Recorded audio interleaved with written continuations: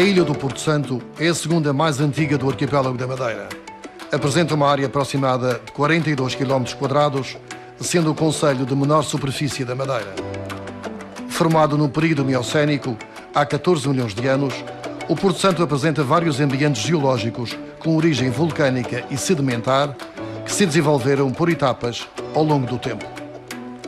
No Porto Santo, o vulcanismo do complexo de base é essencialmente submarino e apresenta características básicas e intermédias, onde ocorreram escoadas lávicas subaéreas e intrusões de basaltos e traquitos. A atividade vulcânica desta ilha cessou há 8 milhões de anos. As formações geológicas que enquadram a paisagem das zonas Nordeste e Sudoeste apresentam uma magnífica geodiversidade de grande interesse científico, pedagógico, cultural e igualmente atrativo do ponto de vista turístico. Por outro lado, a área centro-ocidental da ilha apresenta topografia aplanada e basculada para sul, sendo revestida por depósitos eólico-areno-calcários de tonalidade dourada. Estas deposições formaram vários campos dunares que, pela ação das chuvas e dos ventos fortes, acabaram por alimentar a formação da praia. Tudo começou há cerca de 18 milhões de anos atrás. Um vulcão submarino começou a lançar muita lava e lançou tanta lava que chegou ao nível do mar e um dia chegou à superfície e criou esta bela ilha que teve, felizmente, as suas últimas erupções há 8 milhões de anos atrás. Entretanto, após este período, todos estes anos, transformações, erosão, de escultura natural, criou uma ilha bonita, com 6 ilhéus em seu redor. Nós tivemos mais recentemente na nossa história a criação do nosso maior tesouro, a Praia de Porto Santo. Há cerca de 30 mil anos atrás, durante uma era tropical, aqui em redor do Porto Santo, criaram-se condições espetaculares para um recife de coral, muitos organismos marinhos em torno da ilha, que entretanto, logo a seguir na última grande glaciação, o nível do mar, ao descer, expôs todos estes organismos marinhos que foram, entretanto, fragmentados e com os ventos fortes foram depositando-se ao longo das costas, como vemos aqui na zona da Fonte da Areia. Este depósito é lianite, esta paleoduna, criou-se com estas condições únicas e específicas e é um recurso natural não renovável que devemos proteger. Após a cobertura de toda esta área com areias, tudo o que estava aqui presente em terra, os gastrópodes terrestres, a vegetação e também algumas aves, ficaram fossilizados e conservados até os dias de hoje. Nesta área conseguimos encontrar muitos registros fósseis, cada vez mais procurados pela comunidade científica e também pelos turistas que aqui visitam. Todos os dias passamos por cá, mas não temos só de geologia para contar, também temos muitas histórias sobre este local. Uma delas é que aqui já viveram porto-santenses, era uma zona habitada, com agricultura, principalmente vinhas, alguns frutos e vegetais, que entretanto, com a construção do aeroporto, mudaram-se para a zona contrária, a zona oposta. Nós já tivemos aqui extração de inertes, houve durante muitos anos aqui a extração para a maior parte da construção, o aeroporto, as casas, os hotéis que entretanto surgiram nas últimas décadas, mas há uma preocupação da comunidade local de proteger este local que tem muita importância para o Porto Santo, porque foi daqui que surgiu a praia, a bela praia que temos na Zona Sul, através do transporte dos ventos, passando pelo interior da ilha, também a erosão do mar, a próprio transporte das correntes marítimas, mas principalmente o vento pelo interior da ilha. Há cerca de 15 mil anos atrás chegou o nosso areal à Baía Sul. Portanto, a Praia Dourada deve-se também muito a este local.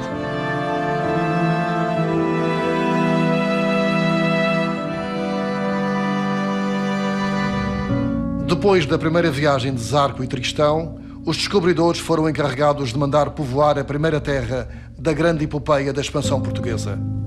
Na segunda viagem de regresso ao Porto Santo, já com Bartolomeu Postrelo, que seria nomeado primeiro donatário, vinha um conjunto de pessoas das mais variadas origens, incluindo presidiários, e igualmente alguns animais, dos quais deveriam a destacar os coelhos, que constituíram autênticas pragas.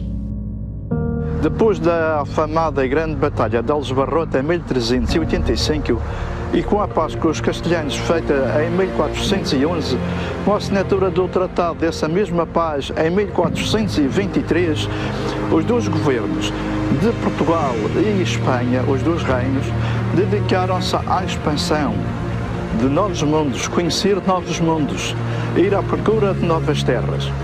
E Portugal assim fez com o infante Dom Henrique, depois de fundada a escola em Sagres. Ora, a primeira terra que calhou a ser descoberta dos descobrimentos marítimos no Atlântico portugueses foi exatamente o Porto Santo.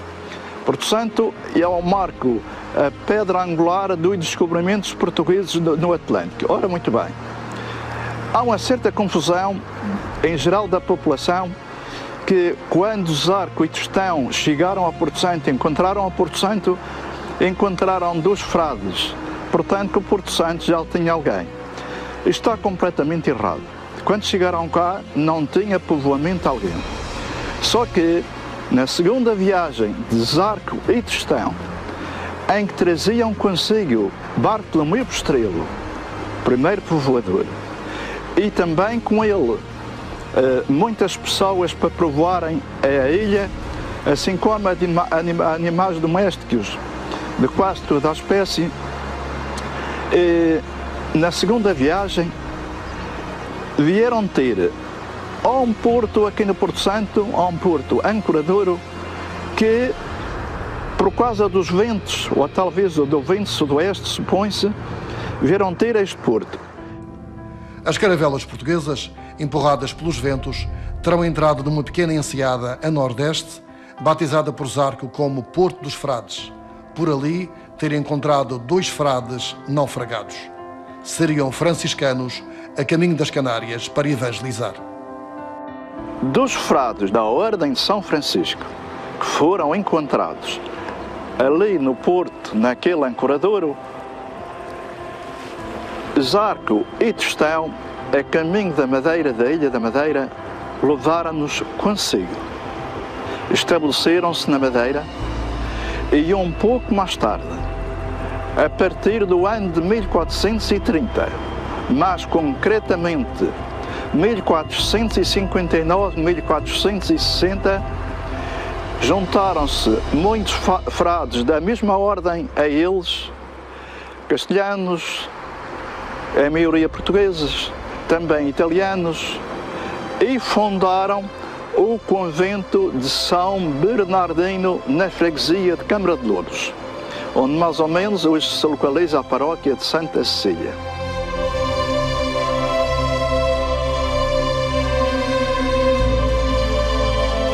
Ilha Dourada, bela e atraente na sua cor, que deixa no entanto visível a ausência de vegetação associada à pobreza dos solos, órfãos de água.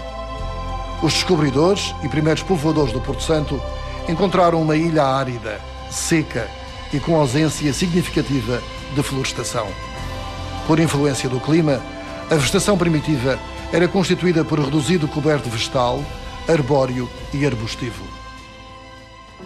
O coberto vegetal que terá sido encontrado na ilha do Porto Santo, portanto, na altura da descoberta, estamos a referir ao coberto vegetal primitivo desta ilha, portanto, tem muita influência do clima que aqui existia. Clima este árido, ou um clima semiárido, bastante influenciado, portanto, pelo bioclima mediterrâneo e também oceânico, tendo em conta a exposição da ilha e pelo facto de também termos uma ilha de pequena dimensão, com cerca de 42 km². Considerando estes aspectos, portanto, e também pelas descrições bibliográficas existentes, as árvores que aqui existiriam seriam mais, portanto, o zambujeiro, Olea madeirensis, também conhecida como oliveira brava, um endemismo madeirense. Teríamos zimbreiros, portanto, que existiam e comprova-se de facto a sua existência, não pelo facto de termos essas plantas hoje ainda no seu estado selvagem, mas sim pelo uso que elas tiveram e encontrarmos ainda restos destas madeiras, tanto nas habitações mais antigas, que restam algumas ainda na ilha, como em escavações. Teríamos também o barbusano, o marmolano e nas plantas de porte mais arbustivo. Portanto, provavelmente existiram a uso das vassouras, temos aqui várias à nossa volta, portanto, também a Erica platycodon, subespécie madrenicola. Teríamos, portanto, os maçarocos que provavelmente existiriam aqui no Porto Santo, seriam mais o Equio nervoso e provavelmente o Equio porto-santensis, embora o Equio porto-santensis só recentemente foi descrito como sendo uma espécie endémica de Porto Santo. Poderíamos também encontrar outras plantas de porte mais pequeno, como a perpétua branca, as losnas, portanto, essa vegetação estaria em princípio toda associada. Da vegetação original que se encontrava na ilha, podem-se classificar 3 tipos de comunidades florestais. Esta classificação é feita de acordo com as altitudes e também da exposição a norte ou mais a sul da vegetação. Assim sendo, a altitudes a cotas mais altas, com exposição mais a norte, teria sido provavelmente mais abundante a floresta da laurisilva do barbosano, onde se encontrariam essencialmente barbosanos e também loureiros. Em cotas mais inferiores, entre cerca de 200 a 300 metros, iríamos encontrar maior predominância de marmolanos, o Sideroxylon marmolanus, e também a Miricafaia. Em cotas mais baixas e denominadas florestas de matagás, encontraríamos mais o zambujeiro, a Olea madeirensis, portanto o endemesmo madeirense, e também os dragoeiros. As florestas de dragoeiros provavelmente terão existido na descoberta da ilha. E ainda figueiras do inferno. Esta vegetação, ao longo do tempo, foi desaparecendo. Hoje existem algumas relíquias desta vegetação, protegidas orograficamente, portanto, tendo em conta o local onde se encontram, em zonas escarpadas e de muito difícil acessibilidade.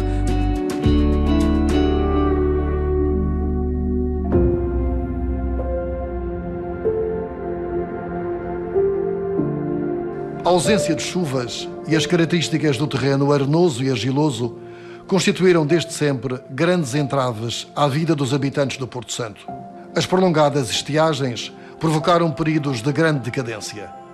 De modo a minimizar a crise da água, foram construídos engenhos dos quais se destacam os poços e as noras. A primeira nora foi construída em 1799. Nós estamos junto a uma estrutura que é precisamente o testemunho real dessa vivência. Portanto, isto é um marco real da nossa história, da história porto-santense. Podemos ver aqui esta estrutura. Esta é um poço de origem árabe e era, na imagem, menos que uma cisterna de grandes dimensões, escavada em profundidade, revestida a pedra local, semi-aparelhada. Estas estruturas podiam atingir uma profundidade de 5 a 10 metros e uma largura com um diâmetro que variava entre aproximadamente 1 metro e 5 metros. Têm no seu conjunto ali um acesso, também construído em pedra, que eram umas escadas que davam acesso ao fundo do poço. Mas aqui convém referir também que a água, uma vez contida no fundo do poço, havia que trazê-la à superfície. E então aí é que foram, portanto, ao longo dos tempos, foram-se desenvolvendo diversos mecanismos para fazer com que essa água chegasse cá acima, rentabilizando no máximo a mão de obra, o esforço humano. Claro que de início, nas noras, nos poços, nas estruturas mais rudimentares, este trabalho de elevação da água era feito pela força humana e por tração animal. Só mais tarde, portanto, convém também referir que o primeiro poço que há registro surgiu no século XVIII, e ainda utilizando este engenho de elevação da água semi-rudimentar. Depois, com a continuação dos tempos, também o Estado, constatando a dificuldade de incentivar e de promover a agricultura do Porto Santo, incentivou a construção destes poços e indicava precisamente a zona mais plana do Porto Santo. Por isso é que nós podemos ver muitas estruturas destas, desde o Campo de Baixo até o sítio da Calheta. Mas, um pouco mais tarde, já em 1854, o Estado chegou mesmo a promulgar uma lei que financiava a construção destes poços. Então aí, logo quase de seguida, abriram-se 8 poços, já, portanto, e também encimados com a estrutura das noras. Só mais tarde, um pouco mais tarde, mas ainda no século XIX, é que este engenho rudimentar se modernizou praticamente, portanto assim podemos dizer, e em vez da tração animal foi usada aqui a força do vento, portanto aqui a energia eólica também em seu pleno, e portanto daí esta já não, portanto já aparece aqui, portanto esse mecanismo está destruído, mas no Porto Santo ainda existem umas 2 ou 3 em que se pode ver a nora propriamente dita.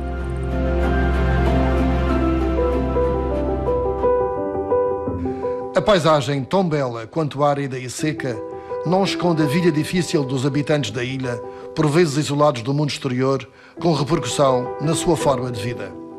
A produção de alimentos foi sempre escassa e com poucas alternativas.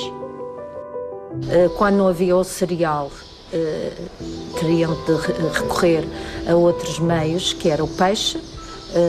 Isso era abundante, desde que tivesse bom tempo, os barcos iam à pesca, podiam secar, escalavam o peixe e secavam, salgavam e secavam, e aí era uma forma de terem alimento. Usavam muito o milho e faziam a escarpeada, e há muita gente que diz que não gosta de falar nesta época, porque a escarpeada comiam de manhã, comiam à hora do almoço, comiam à ceia.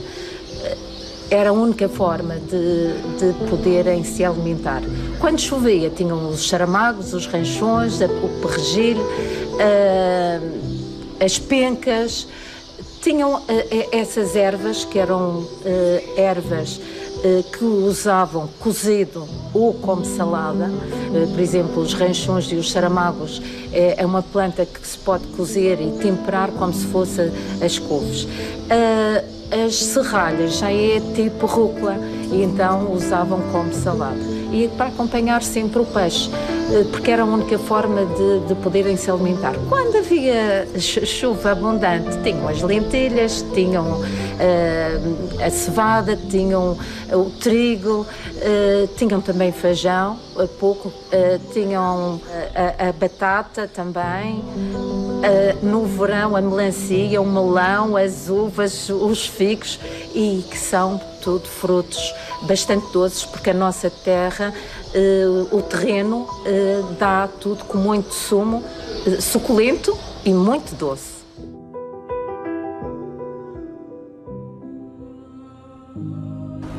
O meu Porto Santo é tudo isto, é esta beleza, é a ilha encantada, é a ilha que, quando me falam dela, porque a desconhecem, perguntam-me o que é que isto tem de especial, e eu digo, tem umas paisagens bonitas, tem cores lindas, tem uma praia maravilhosa, e seria suficiente para identificar Porto Santo. Porém, eu identifico melhor o Porto Santo contando aos meus amigos e a quem pergunta pelo Porto Santo uma história que eu tenho muito pessoal quando aqui cheguei, há 50 anos. Numa tarde de verão, numa tarde de abril, melhor dito, que parecia verão, havia uma calmia notória, e no sítio onde eu fiquei, no Alto da Camacha, percebi-me que à noite havia um sussurro sobre, que era o mar ao fim e ao cabo, sobre as pedras de Calhau Redondo que existiam na Fonte da Areia, que mais tarde vim a constatar exatamente aqui, e que nessa noite não me fez dormir. Praticamente não preguei olho, mas no dia seguinte fui explorar um pouco os arredores e verifiquei que ali para o lado dos picos, o Castelo e o Pico do Faz, havia aves a sobrevoar, vinha saber que eram o búteo, ou a águia de asa redonda, mais conhecida por manta, que com os seus pios tentavam comunicar-se para saberem onde existiam coelhos para que puderem alimentar-se. Ao lado, também me lembro de cabritos com as suas mães a brincar naqueles socalcos e mais abaixo outros animais como vacas e outros animais de ajuda ao agricultor que por aí andavam, tornando mais bela a paisagem. Esperava que tudo isto não desaparecesse, mas hoje realmente praticamente não existe. Era bom, na minha opinião, que voltássemos aos bons velhos tempos.